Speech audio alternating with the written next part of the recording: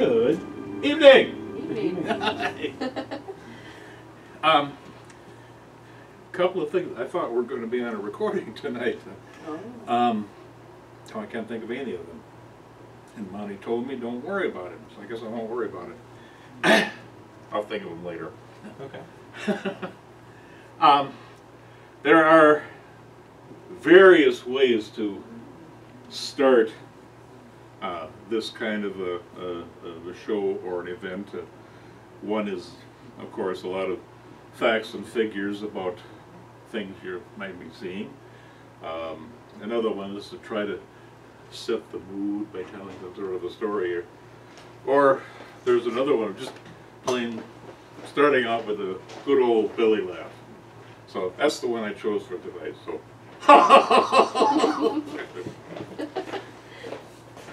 So. Oh.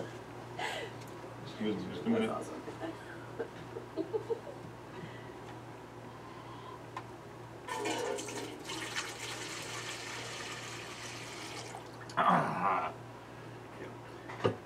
Oh, so thank you, Raymond. Now, you may think you have come to see or attend a magic show. That's only partially true, because you see, magic shows are different from, say, watching television or even going to a stage play, because spectators there are pretty passive. In truth, we need you to be part of the show. Now, I've got a little story I'd like to tell that may illustrate just what I mean.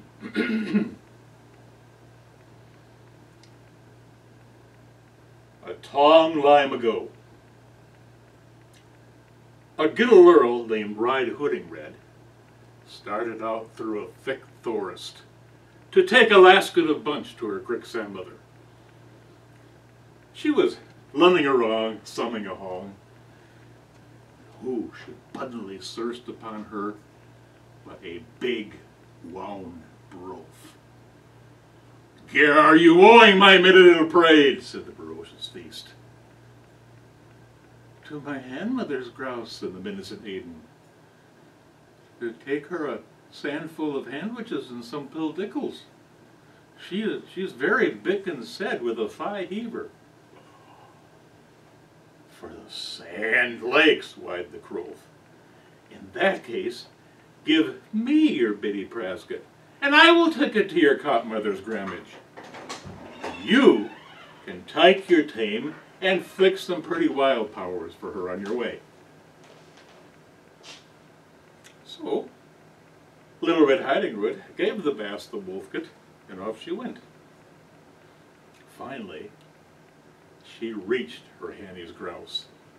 Now, the mean wolf Weil had somehow disgranded the poor old Spo's mother and had bumped into Jed with the old lady's light going on.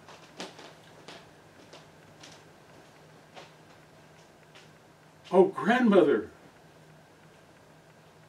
what big eyes you have!" "The center to be with, my dear," said the wafty crow with a smicked while in his fairy haste. "Oh, granny," said the sorrel, "what tig beef you have!" "The cheddar to buoy you up with, my dear," and with that he beeped out of lead. And here we must pause a moment to take a shear for our hair little Perwin. But the Endy has a happy story, ladies and gentlemen, for suddenly out of a steer cly came seven woodsy huskmen, who not only getched the little snurl from the jaws of Jeth, but grabbed the threes by the boat and hopped off his ched.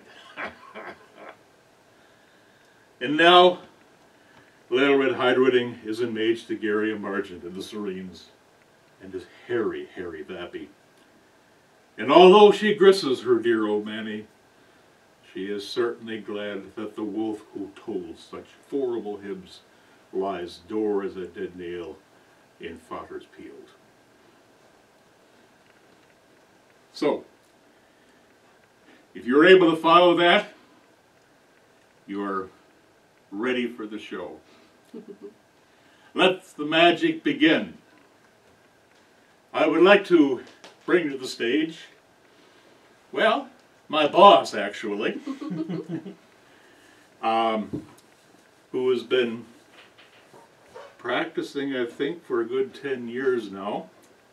Sets up and does a lot of the organizational work for these shows. Let us bring to the stage the Secret Prince, Daddy Dane.